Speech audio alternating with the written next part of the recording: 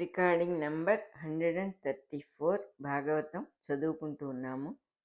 దట్టమైన చిక్కని అజ్ఞానపు చీకటిచే ఆవరించబడిన జగత్ప్రపంచమునకు సూర్యుని వలె నీవు ఒకే కన్నుగా వెలుగుచున్నావు.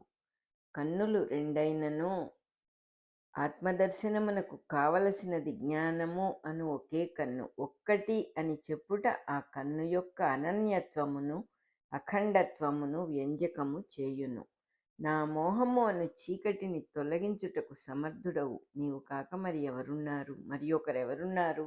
నీవు సంసార బంధములకు త్రవ్వుగోల వంటి వాడవు. సర్వజీవులకు శరణ్యుడవు. ధర్మమును విస్తరింపచేసి సర్వలోకములకు శుభములు కలిగించుటకు పుట్టితివి.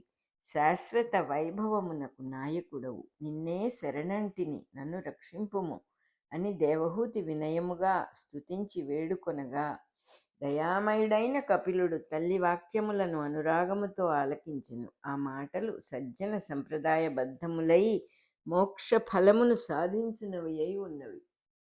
విని అతడు చిరునవ్వున వికసించిన ముఖముతో సంతోషించి తల్లితో ప్రశాంతముగా ఇట్లు పలికెను. తల్లి వినుము, బంధమనగా మోక్షమనగా ఎక్కడివి? జీవుని మనస్సుననే ఉన్నవి. బంధమునకు గాని మోక్షమునకు గాని మనస్సే కారణము. త్రిగుణములయందు పనిచేయు మనస్సే బంధమునకు కారణము. దేనినైనా కావలను అనుకొనుట రజోగుణ లక్షణము, అక్కరలేదు అనుకొనుట తమోగుణ లక్షణము.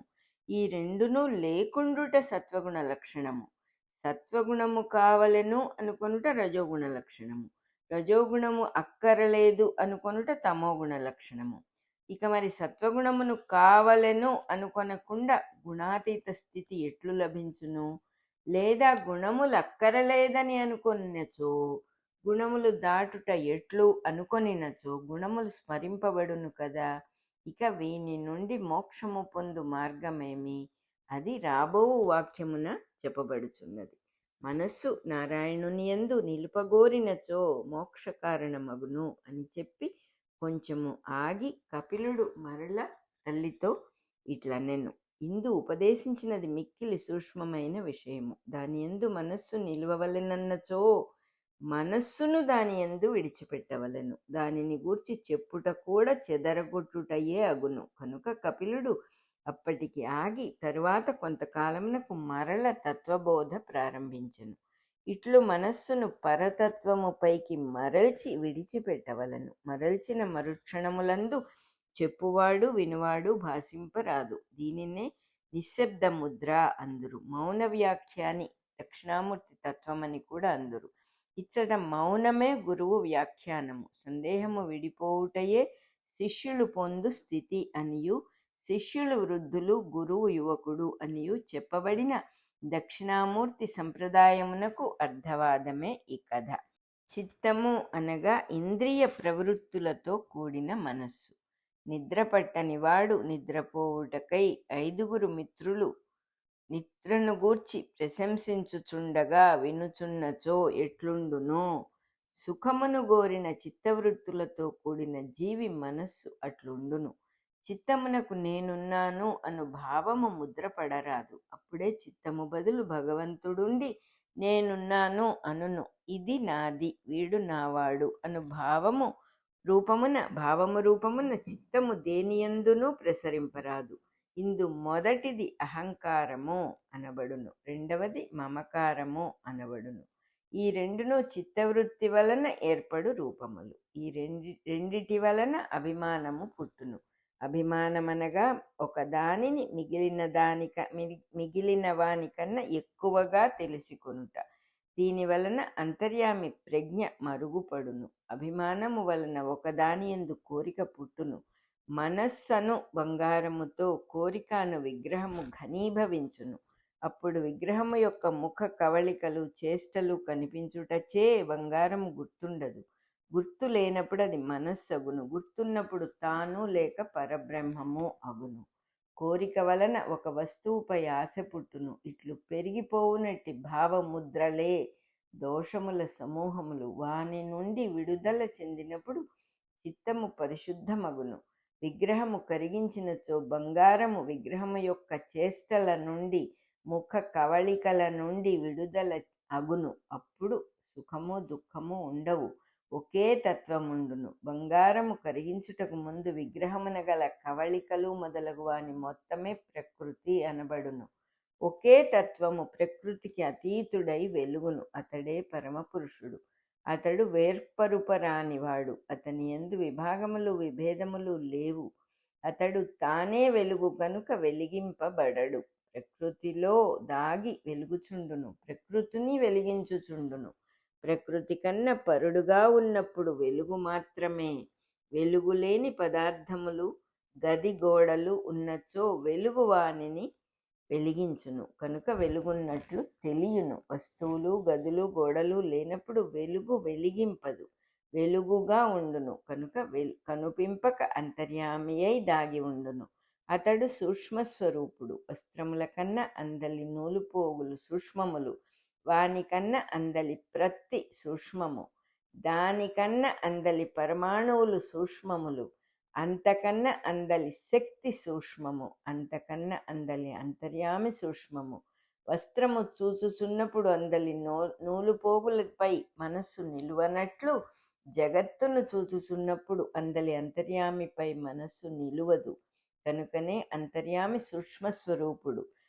వానికి ఇతర వస్తువులుండవు. కనుక రెండు వస్తువుల నడుమనున్న భేదము చే విడదీయబడడు.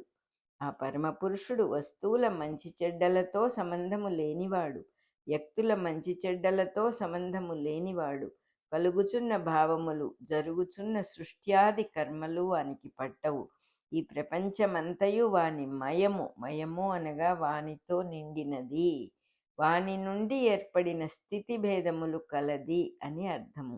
ఈ రెండు అంశములలో మొదటి దానిని ప్రాచుర్యము అందురు, రెండవ దానిని వికారము అందురు. ఈ ప్రపంచము వాని యందు తన అస్తిత్వమును కోల్పోవును. ఈ అస్తిత్వమునే ఓజస్సు అందురు. ఓజస్సు అనగా ఓంకార స్వరూపుని పుట్టించున్నది, ఓంకార స్వరూపుని నుండి పుట్టునది అని అర్థము. ఈ యోజస్సునకు వాని యందు అస్తిత్వం ఉండదు. అట్టి పరమపురుషుని చూచువారు యోగులు అనబడుదురు. వారికిని మనస్సుండును. దానిని ప్రయోగించి జ్ఞానము వైరాగ్యము భక్తి సాధించుకుని వానిని దర్శింతురు. జ్ఞానమనగా తెలియవాడు, తెలియబడునది, తెలిసికొనుట అను మూడిటిని దేవుడుగా వెలిగించుట. వైరాగ్యము అనగా చూడబడు దానియందు వినబడు దానియందు దప్పిక పుట్టకుండుట. ఒక వ్యక్తి ఒక దుష్టుని గూర్చి నిందించుచున్నప్పుడు ఆ వాక్యములలోని శబ్దమును విని అర్థమును విడిచిపెట్టుట వైరాగ్యము. అందమైన వస్తువును చూచినప్పుడు అది ఎవరిది అను విషయమునందు మనస్సు నిలువకుండుట వైరాగ్యము. భార్యతో సంభాషించున్నప్పుడు అందలి భార్యా సంబంధమున మనస్సు నిలువక అంతర్యామిత్వమున నిలుచుట వైరాగ్యము. చూడబడిన వినబడిన విషయముల యందు దప్పిక పుట్టకుండు లక్షణము. ఆ లక్షణము తన వశమున ఉండుటయే వైరాగ్యమునకు గుర్తు అని పతంజలి తన యోగసూత్రమున అనుశాసించెను. జ్ఞానమును వైరాగ్యమును అభ్యాసము చేయవలెను అనగా అడుగడుగునను మరల మరల మనస్సునకు అంటించవలెను. అట్లు చేయుచుండుటలో ప్రయత్నము ప్రాతవడక నిత్య నూతనమై ఉత్సాహము పుట్టించుకొనుటయే భక్తి సాధన. ఈ ఉత్సాహమునే పరమప్రేమ అని నారదుడు నిర్వచించెను. దీనికి ఉదాహరణముగా వ్రజగోపికలు కృష్ణుని యందు సాధించిన సేవాక్రమము పేర్కొనెను. ఇట్లు మనస్సున జ్ఞానము వైరాగ్యము భక్తి ముద్రించుకొనుటతో యోగులు పరమపురుషుని దర్శింతురు. పరమపురుషుని దర్శించుచుండుటయే, వాడుగా జీవించుటయే పరతత్వము సిద్ధించుట. అన్నిటి యందు అతడున్నాడు గనుక మనస్సున కందినంత వరకు వానిని కల్పించుకొని వాని యందు భక్తిని ప్రయోగింపవలెను. దానితో మార్గము ప్రత్యక్షమగును. ఇతర మార్గములు దీనితో సరికావు. మార్గము తనకన్నా ఇతరముగా అర్థము చేసుకొనుటకు యత్నించుట వ్యర్థము. వికసించిన దారిని నడువవలెను గాని ఆ దారి యొక్క విశిష్టత ఏమి అని మీనమేషములు లెక్కింపరాదు. చేతిలో టార్చ్ లైట్ పట్టుకొని చీకటిలో ప్రయాణము చేయువానికి దారి 2-3 అడుగులు కనిపించును. ఆ దారి వెంట నడుచుట ఆరంభించినచో అటు పైన దారిపై వెలుగుపడును, అట్లు కాక మిగిలిన దారి ఎట్లు కనిపించును అని ఆలోచించిన వాడు బద్ధుడగును. సంగమనగా మనస్సు దేనికైనా అంటుకొనుట, ఇది తప్పని కొందరందురు, తెలిసిన వారు అట్లు అనరు. ఇంద్రియార్థములైన శబ్దము, స్పర్శ, సుఖము, రూపము, రుచి, వాసన అనువానికి మాత్రము అంటరాదు, అంటినచో బంధము కలుగును. కారణమేమనగా అవి అసద్విషయములు. అసద్విషయము అనగా లేనిది ఉన్నట్లు కల్పించుకొను విషయములు. చెవులకు శబ్దము వినపడును, అది సద్విషయము. ఇతరులు మాట్లాడుచున్నప్పుడు ఆ శబ్దమునకే మనకు నచ్చిన అర్థము కల్పించుకొని విందుము, అది అసద్విషయము. స్పర్శ జ్ఞానము సద్విషయము. మన బిడ్డను ముట్టుకొన్నచో హాయిగా ఉండుట, భార్యను స్పృశించినచో సంతోషము కలుగుట అసద్విషయములు. ఇవి స్పర్శ జ్ఞానమునందు మనస్సు ఆరోపణ చేసుకొనుట వలన కలిగిన విషయములు. ఇట్టి అసద్విషయముల యందు మనస్సు అంటుట బంధమునకు కారణము.